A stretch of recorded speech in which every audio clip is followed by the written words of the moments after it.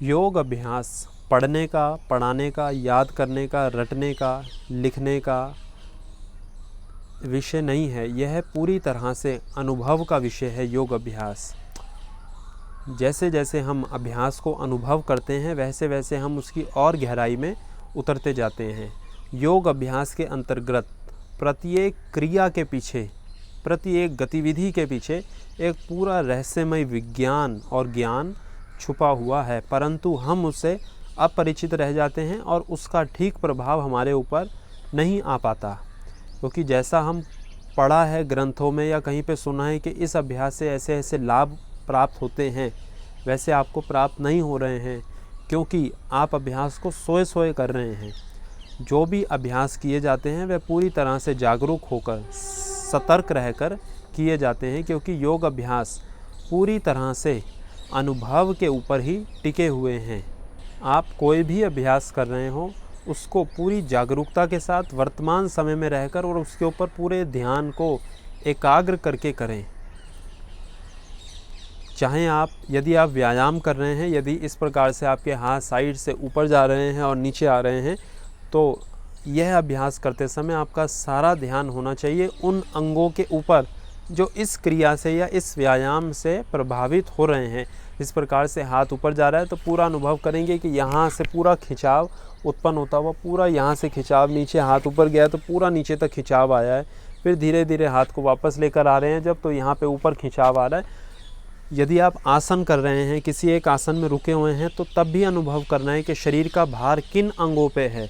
उदाहरण से समझें, सेतुबंद आसन की यदि आप कल्पना करें थोड़ी देर के लिए, यदि आप सेतुबंद आसन में आ गए हैं तो अब इतनी देर हमारे मन में अनेक अनेक पता नहीं कहाँ कहाँ के विचार चलने आरंभ हो जाते हैं, परंतु जब अभ्यास कर रहे हैं तो पूरी तरह से उसके साथ जुड़ के करना है।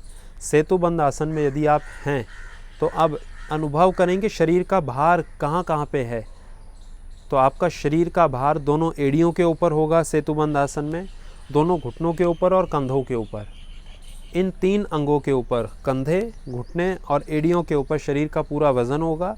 पूरा जो खिंचाव होगा वो घुटने से लेकर ऊपर छाती तक, दोनों जंघाओं की ऊपर की मांसपेशियां खिंची हुई, पेट की मांसपेशियां और छाती खिंची हुई।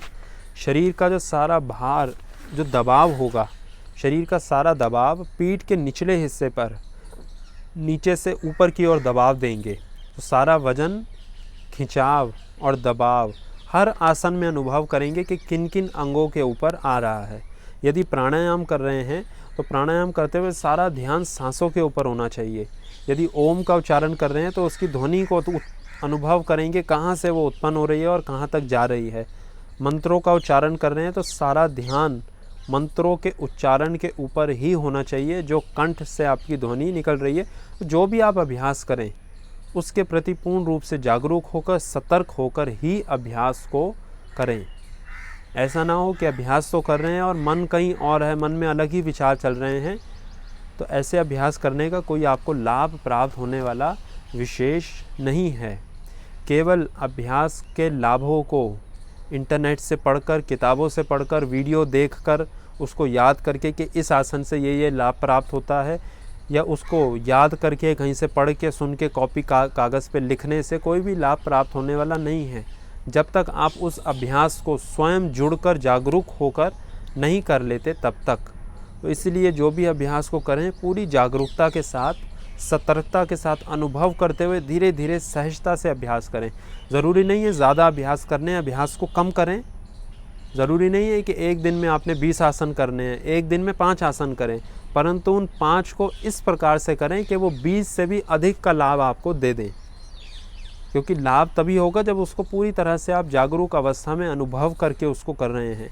तो ज़्यादा अभ्यास करके ज़्यादा लाभ होगा, इस भ्रम में ना रहें। गलत अभ्यास करेंगे, ज़्यादा अभ्यास करेंगे तो उससे हानि होगी। अभ्यास कम करें, ठीक विधि के साथ करें, ध्यान लगा कर करें, तब आपको कम अभ्यास करने पर भी ज़्यादा लाभ प्राप्त होगा। तो इस बात का विशेष रूप से ध्यान में रखते हुए, स्मरण में रखते हुए अभ्यास को करें।